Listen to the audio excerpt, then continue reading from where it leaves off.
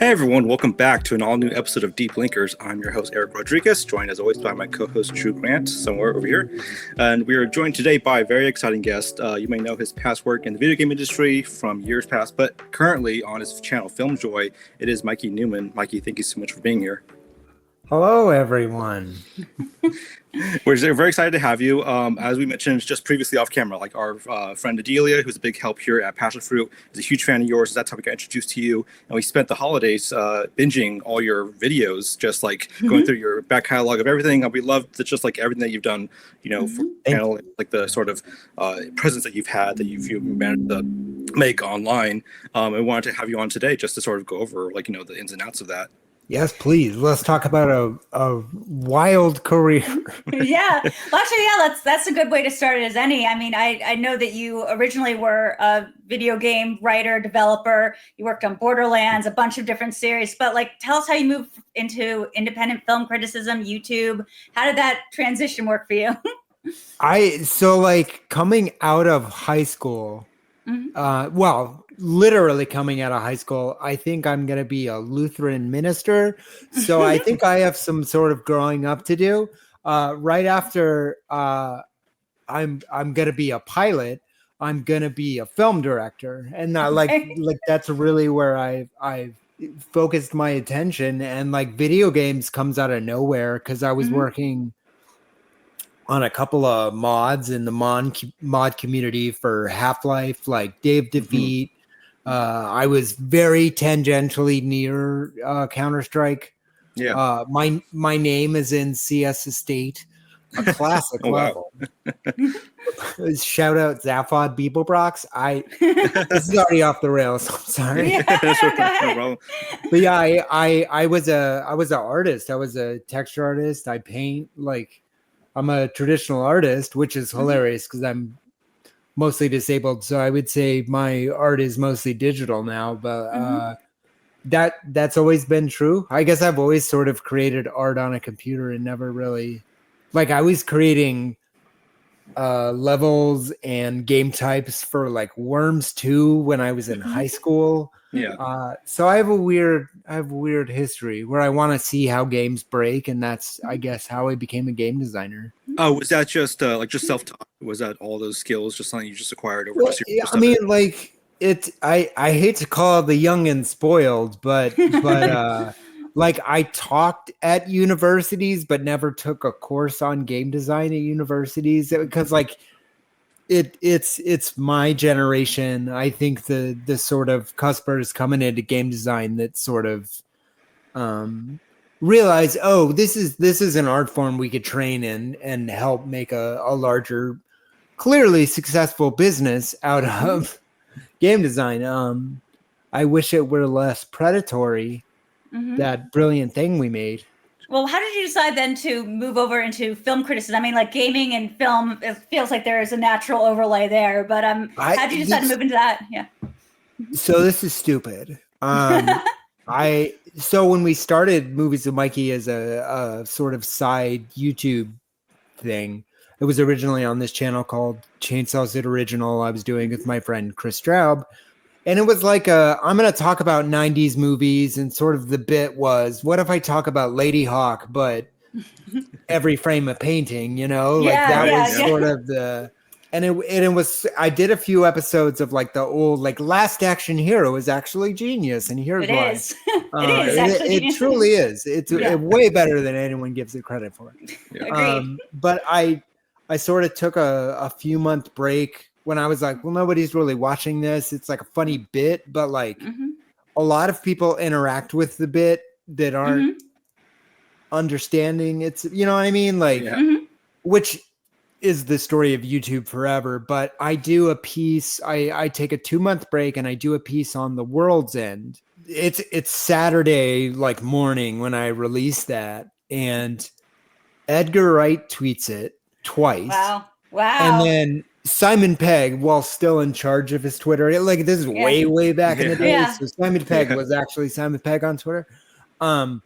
He tweets it, and I was like, "Oh my god, is this what making it is like?" And no, just so you know, no, that is not what making it's like. But like, it did addict me to that feeling of like, well, if the artist likes it, Yeah. maybe I'm appreciating a thing that they wish people could see. So yeah, movies Mikey just came like it was a bit that became endearing because I was like going through stuff in real life and just like reflecting that in video essay form. Right. Weird stuff that like you end up like regret is the wrong word, but also like I made an Iron Giant episode that is a lot of people's like favorite thing because it hits you with a haymaker because like I'm making that episode and the Pulse nightclub shooting happens and I was like full of rage and I was like, so many people don't even understand that this movie is about not being the gun. Because like how many movies have we put the Iron Giant in where he's just like guns sick? Ready Player One. That was the big one. Right. Space Jam 2, not exactly like I forgot Space Jam 2. First of all, everyone forgot Space Jam 2. Fair. Remember Kenneth Anger's The Nuns? What was that? Was the Nuns were in there? Remember that? In the back of yes, they were Clockwork Orange boys. Huge fans of B-ball. Always hitting the black top. Those ones. Beethoven, basketball. Can't play basketball. Yeah. There's a third thing, but I don't remember what it was. I mean, you mentioned, finding sort of like that, that hit, when Simon Pegg tweets it out and Edgar Wright, and like sort of like just finding that inspiration of like, who am I making this for? Is it for the artist? Like they're appreciating it. That gives you some drive to keep going. Recall any sort of point where you realize like the videos were getting traction for like, and your insights were being heard by like a new audience, people that were just strangers and start to like, latch on to what you were saying? It's video games that taught me that lesson specifically. And I think I relearned it as a video essayist, but like in my brain, I'm working on this series called Brothers in Arms when I'm 24. I was a texture artist. I ended up writing the game. I painted all the skies. I like an eclectic, weird mix of stuff. And I'm like, I'm gonna truly like grab the minds of a generation. I'm gonna show them what warfare is. And it's like, first of all, you're writing lines in a game that's outside of your control, glorifying said thing. Like that's just the reality. Like Truffaut said that. But I was like, I will know I've made it. Because like everyone always uses the platitude, like, what's the Citizen Kane of video games? Right. What's the video game that'll make us cry? And it's like, it was Final Fantasy VII. It was 30 freaking years ago. Right. Like, it's not hard. Specifically, I was like, once someone tattoos a line I've written in a game, like about warfare, like war is the true. Once they do that, then I will have made it. It was after Borderlands 1 and the DLC, the Zombie Island of Dr. Ned comes out. You meet Claptrap in that DLC, the new version of Claptrap on the island. Right. And the first thing he says to you is, "I pooped right where you're standing." That was the first thing I ever wrote that someone tattooed on their body. Oh my God. Oh my God. And like that's the moment I was like, oh, I get it. Like, it's not necessarily about making someone cry, though I'm fairly sure I've done that at some point in my career to a few people. It's about like connecting with them, like being like, I understand you, I get you. Mm-hmm. I don't know. It like it felt good, and also like, oh, we're doomed. Like it had the same. Yeah, I mean, I think that's that is funny. Like that's a very concrete answer to a very nebulous sort of concept, right? It's like, how do you know your work's connecting with people? And you can talk about it as like once you hit a certain marker of this many people are watching my videos or this many things, or it's just that one fan out there who connects with your work so much, whether that's the creator of the movie that you're talking about, or if that fan of the game who just wants to put this on ink permanently. I mean, as somebody who got a lot of, Twin Peaks and other tattoos on them for a bunch of different things that are really random, it's, what it means to put something on your body permanently, to be like, this is how much this means to me. I wish I Yeah. wasn't wearing sleeves right now. I have a little ink on my arm, not a ton. Is it also the pooping line? No, I wish. It's one's two deceased aunts and one's a deceased friend named Steptoe. Ooh, I just I mean- tattoo awesome. people on my body, so then people Yeah. go, "Oh, who's Steptoe?" And then I get to tell them, and Yeah. that's great. Yeah. That's how you keep people alive. Life hack. That makes sense. I mean, I wanted to talk a little bit more about movies with Mikey. Like you talked a little bit about the gimmick from it, but can you go a little bit more into what that gimmick was specific, or what it is specifically? Finding the gimmick. Yeah. Originally, I think in the primordial soup of OG YouTube, like I think I'm putting out stuff to sit next to like Red Letter Media and Good Bad Flicks and some of those like we just watch crap like Yeah. like that. So like I'm just like, oh, I can just nestle in and like that space expands. But like I don't know, like I eventually you just stop having like a gimmick, I Mhm. guess, because like there's so much content on YouTube Mhm. that like just say whatever you want to say, I guess is basically like what it's become. Like the last piece we released on Nebula was about World War II films, specifically Thin Red Line and Saving Private Ryan. Two movies about two different theaters of war saying we should not be here, we should be here, and like the point on is like it's the same picture. If you're the soldier, it's the same picture, and Yeah. like I, if anything, I'm just the guy. Like my gimmick is media literacy is important. The things the artists went through, they are passing on to you so that you might internalize these things to not repeat their errors. mean, that's Some a- people watch Always Sunny in Philadelphia as a drinking game. You know what I mean? Like, Yeah. Yeah, and- No, you're right. Yeah, you've and you mentioned early on things like every frame of painting and stuff like that. Were there any sort of inspirations you took from any other like platforms, channels, Red Letter Media, like you mentioned, of just like how you sort of wanted to format your style? I would say to me the biggest influences in the video essay space, who are people I also like converse with and am friends with, is Dan Olson and Lindsay Ellis, who I think are the two best. Like H Bomber Guy is on the podium for certain. Yeah. They talked about film as a way to like understand the world better. Really influenced me on like a deep level, I would say. They're brilliant. Go watch all of their stuff. Well, yeah, that actually that reminds me a little bit about one thing that we've not had anybody else that we've had on be able to talk about, but Nebula as a service, the move over to Nebula. So you're really excited because I've not actually heard anybody, speak on what that's like or how that process came about or what it's like being part of that platform.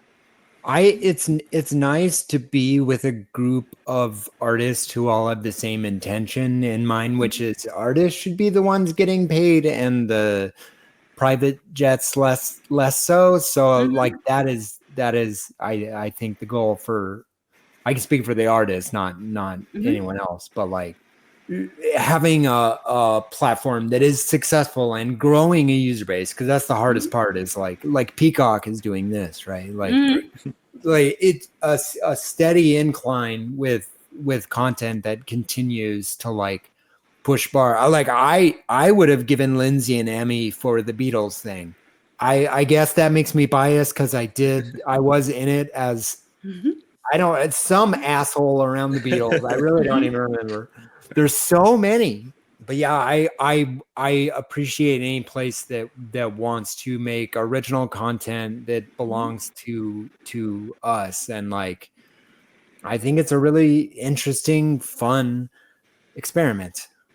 How long have you got? When did you get involved with them, or how did you get involved with Nebula? I mean, I just started hearing about it like couple months ago, I feel like, when I was watching Patrick Willems, and then I think Philosophy Tude. Yeah. It was Patrick. I called. Me and Tara, my partner, we did a Zoom call with Patrick where we were like, hey, we're thinking about joining Nebula, because they had tapped us a couple times, and we were dealing with our house situation in 2021. I don't know how much you know about that, but it sort of complicated our joining Nebula, and then basically becomes part of the thing, which is why we live in LA. Congratulations and welcome here, by the way. Yeah. Well, Texas didn't want us. They made it very clear. They were like, out Ted Cruz, he did this with his nose. I was like, I don't even know what that is. I don't know what that is, man. That's so funny. All right, Ted. All right. Raphael, I'm out. And how has I guess you're still putting things on Nebula and YouTube. That's like the pattern of like how you sort of roll these things out. How has that balance been for you? Like again, having Nebula backing you as like artist first, and then YouTube as the platform that's like obviously where the eyes are, and like it's like the algorithm is able to sweep people in to find you. Just how's that been for you, sort of like striking those two fronts?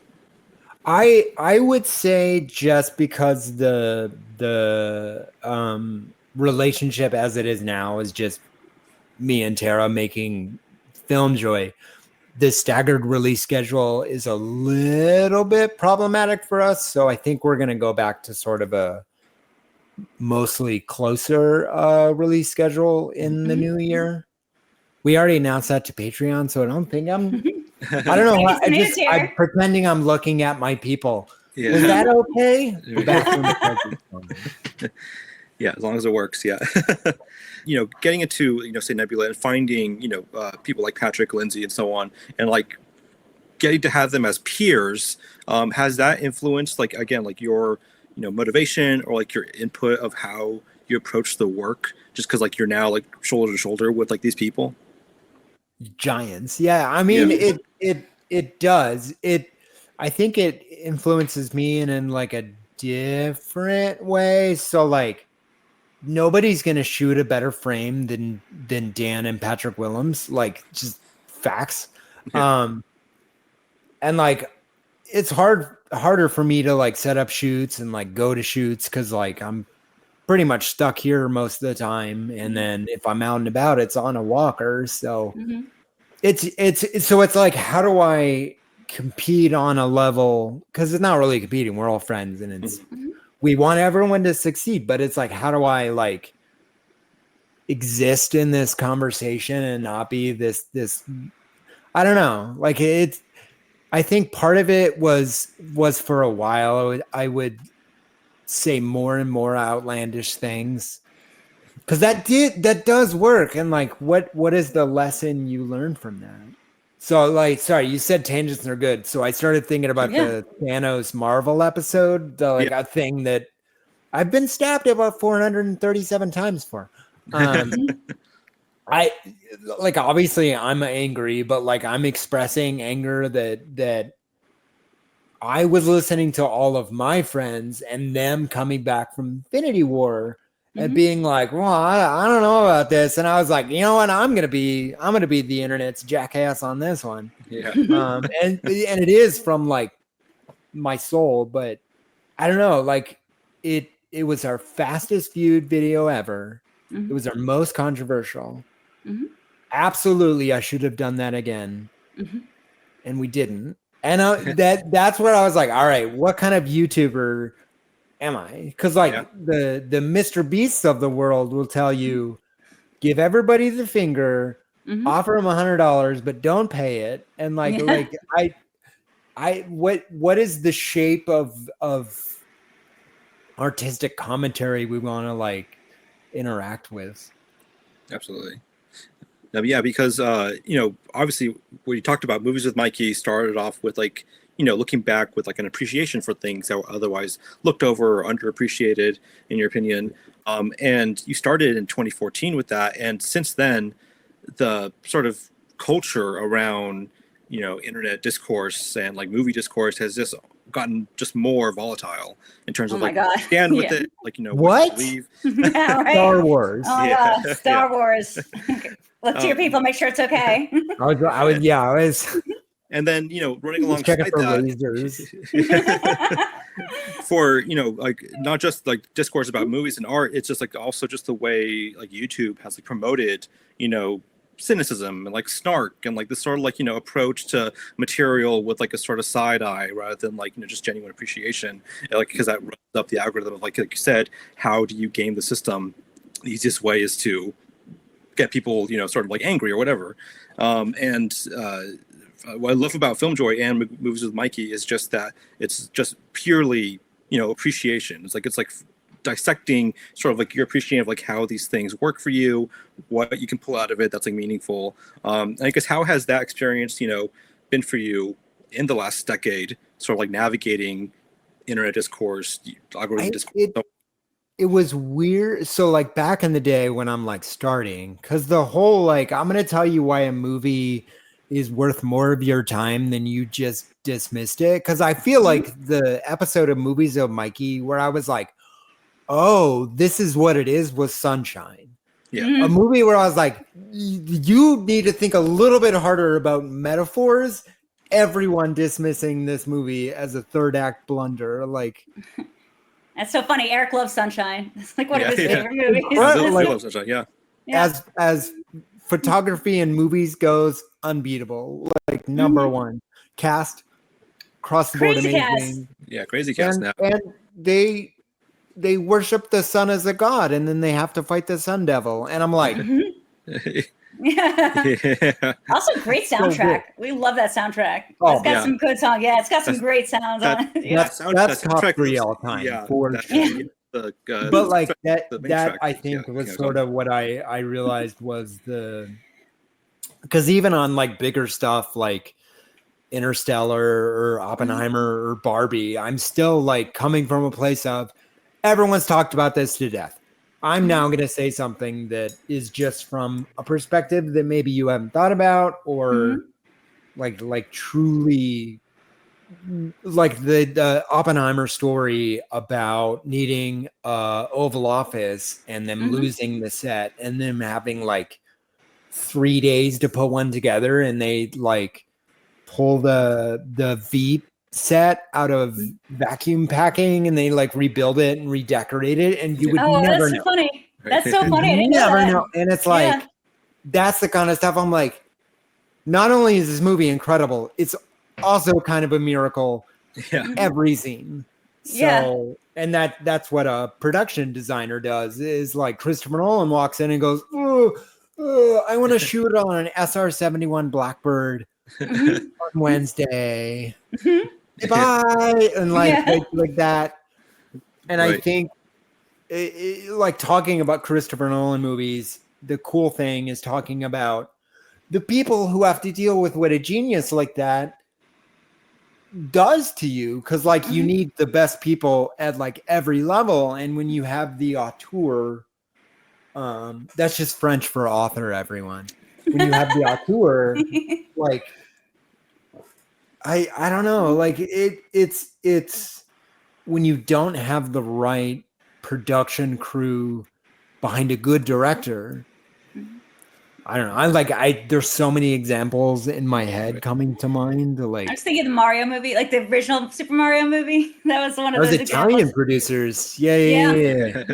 I don't even think they knew what a video game was. No, they did not. And there's a husband and wife, I think, who made the movie. And I remember just hearing all this stuff. But I mean, that's a great question, though, is how do you go about researching these videos? How would you go about even finding out that information about the Veep set? Like, what's your deep dive process for, like loving something and having that become a research topic? Yeah, you spend about 2 days. You go through all the production notes, because like every movie files like production notes for the film. You watch interviews with people that aren't the director, is generally a really good way to find out what it's like to be on a movie. Because the director will be like, everything was great, I'm a genius, nothing was wrong. And it's like they're standing in front of a set on fire. Yeah. Smoldering embers. Yeah. Yeah, no problem. Amazing success. Everything's fine. Yeah. And how do you pick, I guess, which subjects, like really hit you, like, in terms of like you finding a video that's like, this is something I really want to focus on. When life is like good and not stressful, at the beginning of the year, we make a board like Saturday Night Live, like literally with like different things on it. We'll kind of maneuver it around over the course of the year in the order, but since 21, when we went through the house, the rebuilding the house, the selling the house, the going to LA, which was like 8 trips across America. It was a lot. Yeah, we've been kind of firing from the hip for a minute, and that feels. We have like 2 in the hopper at any time, I think, probably. But yeah, it's a little like. I mean, a lot of times I'll be like, okay, what does the world need to hear right now? And we just released I'm going to make it sad. I'm so sorry. No, go ahead. We just released the Boy and the Heron piece on YouTube. And like that piece came simply from me watching the documentary about Hayao Miyazaki about making that movie and being like, oh, he's sad. He's like, oh, the world has failed me and everyone's dead. And I'm like, that's not fun to like tell people. But at the same time, I'm like, we could have done less wars. Yeah. He did say, let's do a couple less wars, y'all. Maybe 0. And Maybe. We did not oblige. Yeah. Sometimes the video essays are just because that was feedback we got even on Patreon where people are like, your show takes a lot out of us. And we're like, yes, heard feedback, understood. When we goof off, no one watches it, including Patreon. So like I, at some point having a Movies of Mikey, like hit, if that even is a thing, is like kind of being a bummer that tells you like it is a little bit. I don't know. Yeah, it's like a very special episode, on these old sitcoms. Well, you're never going to see that on HBO. Like HBO is never going to be like, here's the problem with Warner Brothers. And like that's sort of the system we live in. So I think YouTube is exactly the ball peen hammer we need to break up this like crazy spider webbing of ownership in the entertainment space. Yeah, I mean, because like, you're exactly right. Because within the films, you strike like a balance of like, again, appreciation, art, but also just like dissecting like sort of like the abstract, nature of like what goes into the film and the filmmaking of it. I think about your Barbie video specifically and like what that means for the implications of like, like the Mattel verse that go moving forward and so on. Like there's like much to appreciate about like what it achieved, but also much to lament on about like what it's going to do for the future of cinema. Like how do you find that sort of internal balance of like, yes, having fun, talking about what you love, but also like telling the truth about what you're concerned with? So Barbie is a perfect like amalgam or an analogy to the movie Black Panther. Okay. The most money Marvel ever makes. A brilliant director telling a brilliant story. They kind of skipped on the special effects a little bit. And like what lessons did Marvel learn from that? Were they all the wrong ones? Yeah. Because I'm pretty sure they were all the wrong ones. You can skip on special effects. Just keep doing that. Just keep not paying people. Yeah. Just keep stuffing characters. Don't make character stories. Just as many names, IP that you own. Like it's all an IP flex at some point. And I'm like, no, Black Panther was literally a movie like Black Panther and Guardians of the Galaxy 1 and 2 are special movies within the Marvel machine. And like if you have too much of a vision, they kick you out of the Marvel machine. I'm saluting to Edgar Wright. He's just off screen. Hey, Edgar. Hey, Edgar. He's one part of your crew. That's great. I wish Edgar just showed up and was like, you want tacos? I'd be like, yeah. Let's go get tacos, bud. Yeah. I mean, he might be in LA, so maybe that's possible. We were also just watching your Last Night in Soho essay, which is like that to me is just like a perfect encapsulation of what the channel can be, and what I think great criticism on YouTube can be, which is like no one's really talking about Last Night in Soho. I love that movie. I think it was like great. I also love the visual references to Phantom of the Paradise, one of my favorite movies and one of his favorite movies. So it's like a great film, but I would never think that like there's a video essay about Phantom of the Paradise. For Last Night in Soho specifically. Right. Like if I went looking for it on YouTube, I don't think I can find another Last Night in Soho, not review, but like essay, you know? Yeah. Well, like Last Night in Soho is a perfect example of like I specifically, there's always a section in the other Edgar Wright videos where I'm like, oh, I'm going to talk about the Texas Switch finally. Yeah. And like, he just did the craziest Texas Switch of all time, which is when you like switch actors in an invisible way. Yeah. So yeah, I think that's really where the video like gestated from. But I remember like endlessly researching like mod culture, and I was watching all these mod movies, and like mod culture is vaguely a backdrop in Last Night in Soho. Yeah. It's not even. But yeah, I mean, all the best stuff in that video is stuff that Edgar was saying, like Diana Rigg just knowing where she was in the club, the actual club that they recreated for that film. She's like, oh, this was over here, and this is where all the men would whistle at you and go, and this is the bar. Like, if I was Edgar Wright, I'd be like, well, Diana Rigg just walked me through a thing I built. So yeah. I'm done. I'm good. I really love the essay too. I mean, you were saying such great things about the bitterness of nostalgia, or like what nostalgia kind of papers over. And I think that's such a great part too, is just like, yeah, Diana Rigg's experience of what Last Night in Soho was for her personally was just as dark as the character she was playing. It was not a great scene, but there's something about the aesthetics of that scene, you know, the aesthetic over the actual experience. You know, I thought that was just, you know, it's a really great point that, again, like, I don't think you're going to see in a lot of other film essays, especially not ones about that specific film. Well, it goes into the giallo thing as well, right? Like you have this Italian like subgenre of horror that is abusive and disgusting to women for an entertaining reason. And then like Last Night in Soho is like Dear Giallo. Like a little bit, but also like celebrating it. And I don't know. I just, it's a movie that had to sit with me for like a few months before I was like, oh shit, that was like really smart. Hey guys, Drew Grant here from Passion Fruit. Just wanted to thank you all for tuning into this episode of Deep Linkers. To everyone that's commented on our videos, shared our work, or otherwise supported the channel, we see you, we appreciate you, and we've got a lot of exciting things coming for the creator community at Passion Fruit.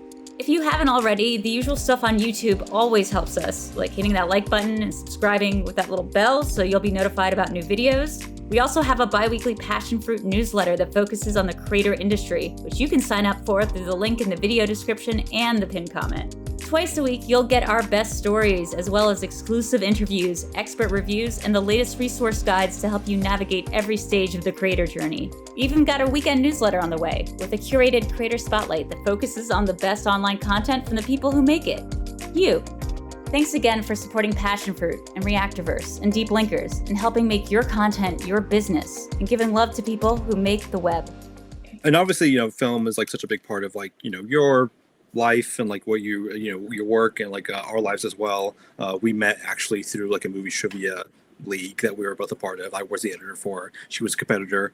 It's like a game show online, but it's a big part of like how we sort of like, you know, navigate the world. For yourself, I guess I want to just like have the opportunity to ask, like, this past year, what has been some like the, you know, new names or films or like, you know, like trends that you have seen that you're really excited about in terms of like just like what the future holds for film? Video game adaptations had a killer year. That's true. Yeah. No, it is. Sorry, that if there was a laugh track there, that would have been really. Sorry, the Borderlands movie came out. I heard that. I was thinking of Fallout, so I was thinking of the opposite end of that. No, yeah, Fallout had a banner year. Yeah. Thanks, Todd. Yeah.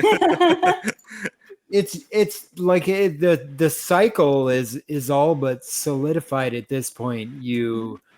crush it with an independent film that wins awards, go all over the award circuit, make a second movie generally better, and then you become part of the machine. And it's like you get this glimpse of indie directors being fired out of the cannon, and it's I don't know, like the freshness goes by so fast. I'm like, I watched Saltburn, and I'm which I love. I adore Saltburn, but I'm like, when's Emerald Fennell gonna do a Captain Marvel movie? You know what I mean? Like, oh, what's she doing next? She's doing Wuthering Heights. I think that's the next thing she's doing for Netflix. But good for her. Yeah, it's a good one for her. I feel like that's a great love story for somebody who's really bitter. It has a lot to say about female and male dynamics. But no, I feel what you're saying. There's two movies that we watched recently, The Substance being one of them, and the other one I actually haven't seen yet, Baby Girl, that movie that's just out with Nicole Kidman. And both of them, I think, I don't think as a Substance was A24, but Baby Girl certainly is. And it's like, both female directors, both have incredible, at least Baby Girl, I've heard incredible things to say about, unique positions of unique worldviews, especially The Substance too, just out of this world ideas. But I had that thought too of like, how long until these two directors are swept up into some Marvel or DC, or like they're put in a box or put in like a, churning thing. Well, I feel like the pull of the churning thing is not what it once was. You know what I mean? Like directing a Marvel movie isn't what it was when Winter Soldier came out. You know what I mean? Like it means different things. And if we're giving advice, take your dad to see The Substance. Yeah, You'll have a great time. I love that. What did you think of The Substance, by the way? I adored it. It took me like 5 times to get through it. I went through a lot of body horror, like physically my own body horror this year. And so it took me a lot of times watching that movie. The first time I walked out, I think right at the part where like her finger gets messed up. And I was like, that's too much. And just watching like somebody go through the process of like getting, no spoilers, but someone just going through the process of like this Cronenbergian body horror was just too close to home. So I kept watching it in 10-minute intervals. And finally he had to watch it he was doing a reaction video compilation for somebody. And so he was editing that and he was like, we just have to get through it. And then by the end I was like, oh, this is amazing. Like, I love this. I love what it was saying. I love that final sequence. Like, and now I love that movie. It's like one of my favorites of the year. Brilliant, I can't stop talking. But yeah, it's hard. It's hard to watch. It was a too old-fashioned movie if we were that's how many it took to get through the I mean, I thought Dennis Quaid deployed. Yeah, Dennis Quaid was incredible in it. Like, that's a big saving Dennis Quaid moment. It was so good. But I watched it with my father recently, and he just, he couldn't stop talking about the cinematography and how much he was trying to reference Kubrick. Like, all the shots were, all the bathroom shots, everything was like, he thought was very Kubrick. It looked like a lot like Shining and stuff. So I thought it was it's the kind of movie that I feel like film essays, film criticism is made for, right? Like, it's the kind of film that you just want to talk about endlessly. Be a few black bars in that video essay, I think. Just especially the ending. I mean, once we got to that ending, that big finale, I think that's so good. Like, finally switched, and she's like, "This is one of my favorite movies of the year." I think Demi Moore should have accepted her Golden Globe in that makeup. Yeah. Well, I kept saying, "Where's Monstro Elizasu? We would love to see her on the red carpet. That would have been great." Yeah. But again, it just really hit home for me. Again, just going through a lot of stuff like last year, just physically, and I don't know, it made me think a lot about my own career and where I was doing things, because for a while I couldn't go out in public and I wasn't well enough to do certain things, and I don't know. Luckily, I have a job that was pretty understanding of that, but it definitely wasn't an easy time. And I know that you kind of made a shift when you went over to do FilmJoy kind of full time, where you got into Patreon. And can you tell us a little bit of what your own experience was moving out into the world of content creation like that? So the year is 2017.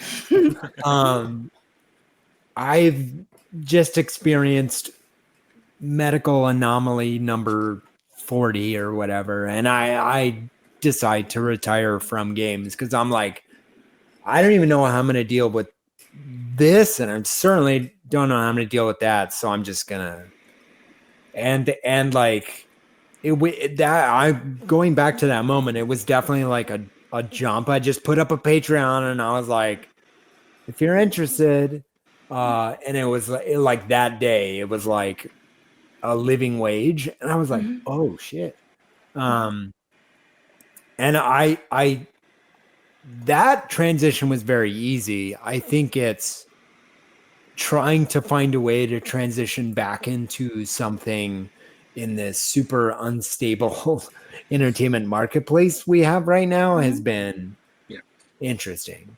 I'm not saying I like definitively want to retire from YouTube, but like I think, especially having gone through physical therapy for a number of years, like I do want to re-enter some workforce, but also like I don't want to be an abused number in a system that doesn't care about me. So well, I mean, yeah, we've always wondered too. I mean, because there was a while that I think I was a full-time content creator, and I moved completely out of doing editorial and just focused on, because of that game show we had, focusing full-time on content creation. And then the thing that just struck me was, being able to get good health insurance, the open, covered California thing, and just being able to mitigate that, a little bit. But I know that's one of the biggest concerns about people when they move into, whether they're forced to or whether this is something they're actually looking to jump into, is how they can, be okay with the healthcare stuff. But I also know that doesn't get fixed just because you have a job. A lot of healthcare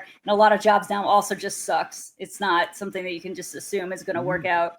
And like FilmJoy is tiny, but like even that, we were upfront with our patrons. We like when people joined our team full time, they were obviously part-time, like in the grand scheme of thing, year or 2 years, but like we gave them health insurance, like we paid them actual like salaries. Wow. Yeah. And it's weird that no one does that, because like you go work for, I could walk down the street and meet all kinds of famous YouTubers. Do they have health insurance? Like I ran into a really popular YouTuber at physical therapy, and I wanted to be like, do you have health insurance for your employees? Yeah.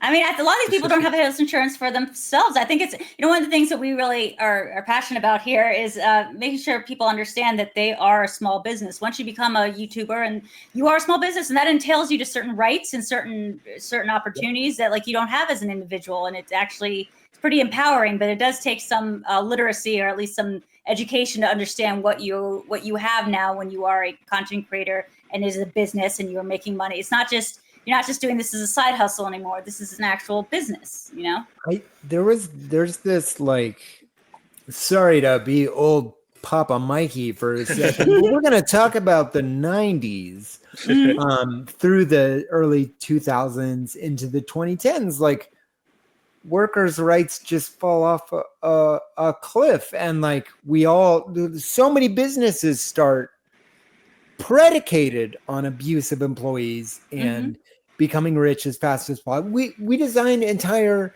systems. Like cryptocurrency has never fucking worked, and yet it's still going. It's gonna stop working. We know this. Like it's crazy. Like no one wants to be like, I hate to say the word job creator because we've like destroyed this, but what if people employed others, especially at an entertainment company, so those people are also happy, so the entertainment they make is good. What a weird concept. Wild concept. I'm gonna walk around West Hollywood with the sign that's like, pay your people. Yeah. I mean, we just did a big video essay. Everyone go check it out. But Mr. Beast and some of the stuff that came up with some of his employees or people that work for him as a video editor or like just a talent or whatever. And just knowing just some of these horror stories now, that's the biggest content creator in the world. That's more video views than anyone, more money than anyone. And that's how he treats employees. That's crazy, Can we get spicy? Yeah, go ahead. Please. We love it.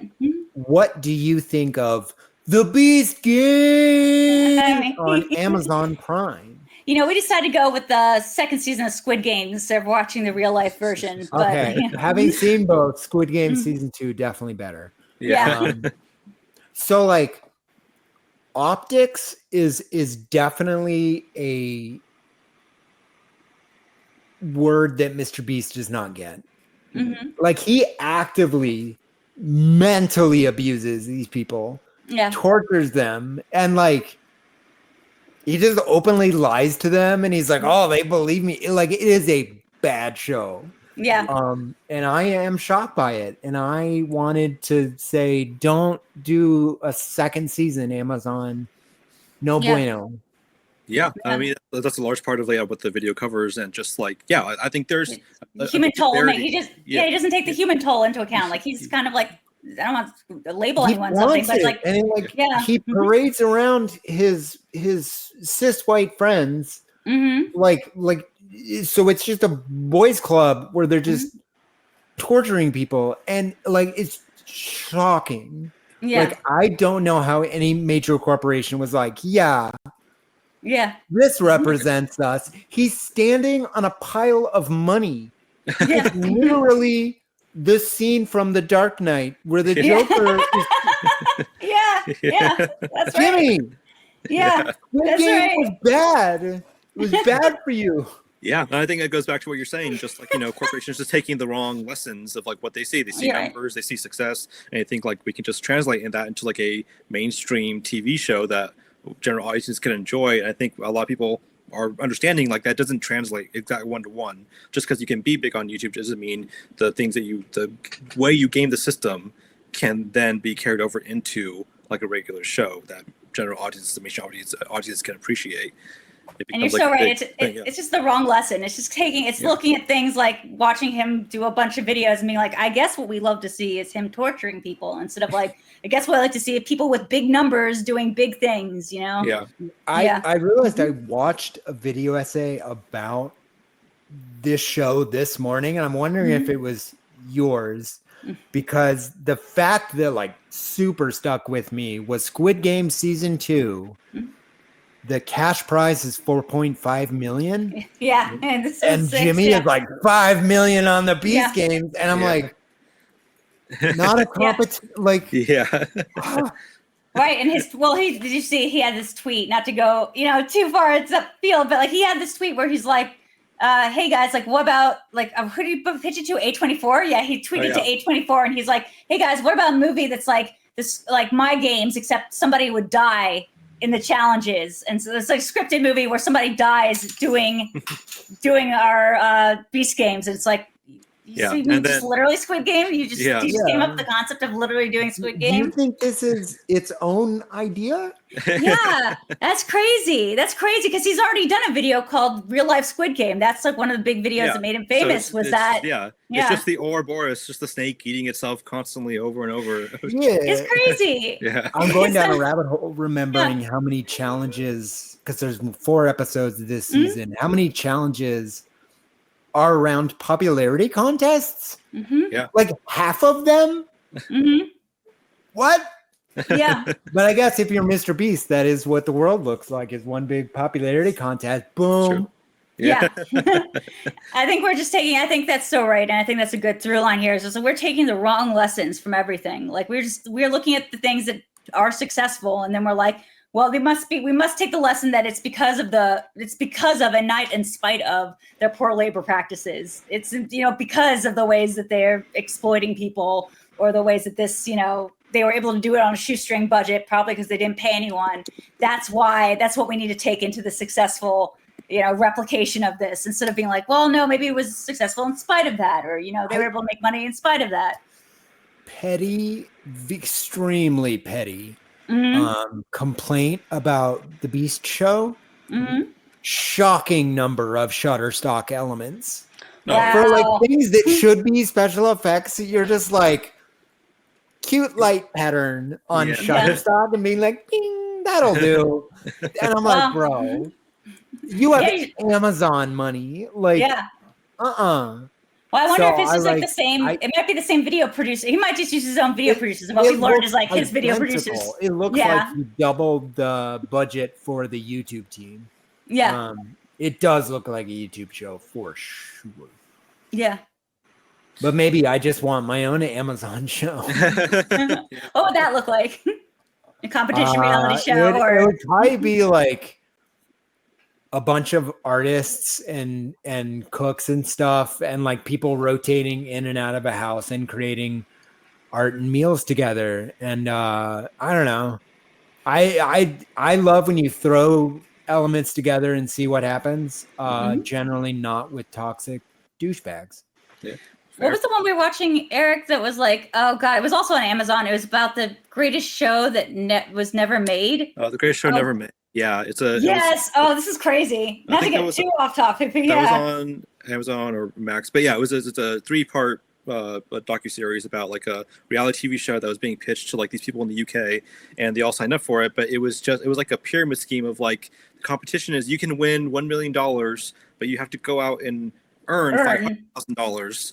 And like, you know, for cumulatively, the team has to each first one to reach $1 million or $10 million together wins, and it's a really great. They'll make the money. You made a pyramid scheme out of a mini game from The Apprentice. Yeah, yeah, exactly. Oh. They made the prize money by working for a year to come up with the prize money. It's crazy, right? But again, like called the greatest reality show never made. I think that's what it was called. Yeah, like, and half of it's about the guy who was like the mastermind behind it, who was like running the whole thing, and sure never came out. We didn't ever finish the show, so we don't even know how much money they were actually able to do in a year. I want those tapes. Let's rent a warehouse in Burbank. And you and me, let's just edit that show and give the people what they want. Yeah. Well, it's funny, they didn't even have I don't think they had a cameraman. They just found a guy to be a contestant and they found a person to be a contestant who was an on-air like anchor, so that person became the co-host. They found somebody who was like a clown who had some videographer experience, some experience doing that, so they just put him in the cast so he would carry around a camera, so that would be their cameraman. So the contestants the contestants were the contestants and the crew at the same time. Yeah. Okay. It's kind of genius. Crazy. True story from video games. I'm going to protect the names of the people involved. I was recording voices VO for a very big video game, and a star came in who was on Oxycontin, very braggadocious about it. Great term for it. Yeah. That's the end of this. So that's what my job was like sometimes. Was just like I literally had to go in the booth with them and read every line before they did, and I'd be like, "Taking fire," and then he'd be like, "Oh my God." It was bad.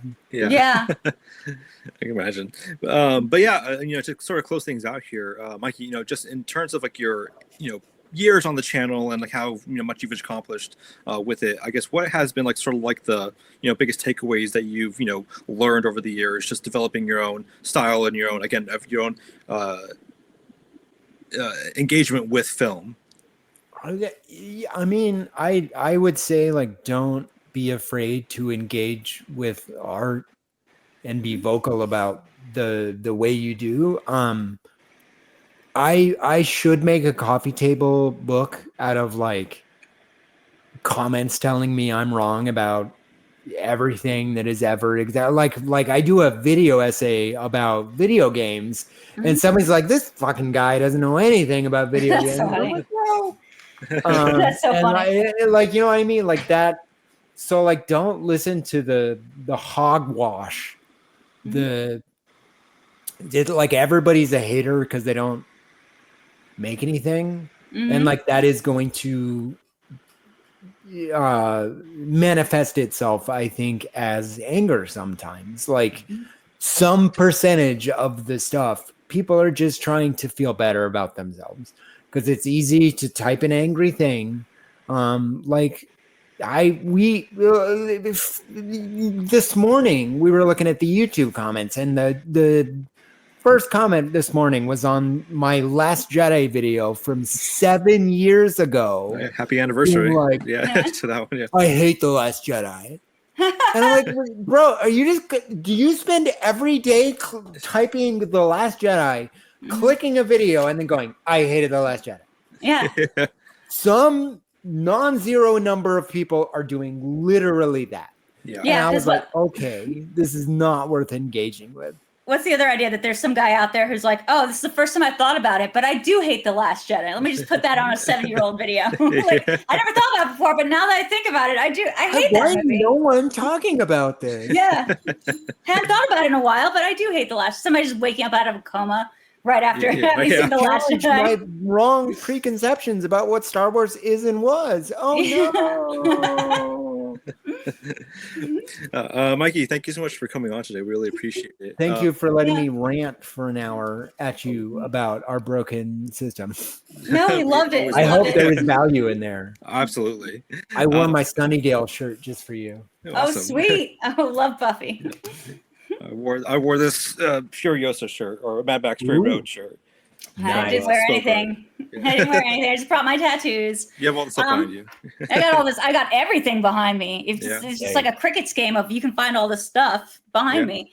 But speaking of where we can find stuff, Mikey, where can we find you and your work? YouTube.com/FilmJoy. Mhm. Check out movies of Mikey, or you can go to nebula.com/FilmJoy and you can see episodes. Well, actually, at exactly the same time, because I'm realizing when this is going to go up, we definitely will have moved over to the new schedule. Mm-hmm. Makes sense. So YouTube or Nebula is where we live. You can check me out on Twitter, but don't at /MikeyFace at MikeyFace. Mhm. Don't go to Twitter. Don't do it. No, Are you on no Blue need Sky yet? anymore. Are you on Blue Sky yet? Have you moved over to Blue Sky? I'm gonna start wearing a shirt that says, "Are you on Blue Sky yet?" Yeah, sorry. Yeah. So like, I'm 42. Mhm. I was so amazed by the idea of social media circa Friendster. Yeah. So like Yeah. at some point, I'm like, no, I'm done. Like Yeah. Twitter is the last one. It can die. Yeah. I don't care. I want it to die. But I'm looking Elmo in the face when that ship goes down. Like, Yeah. Yeah. That's Gotcha. fair. Very, very fair. I want you to know it was me. Yeah. Well, you can find us. Go ahead, Eric. We're on Blue Sky now. We're on Blue Sky. Just trying to stay above the water with everyone else. But you can find me across social media. You can find Drew at VIDEODREW across social media. You can find Passionfruit at Passionfruit for us across social media. You can find links to our Discord, to Patreon in the description below. And we'll catch everyone on the next episode. Bye, guys.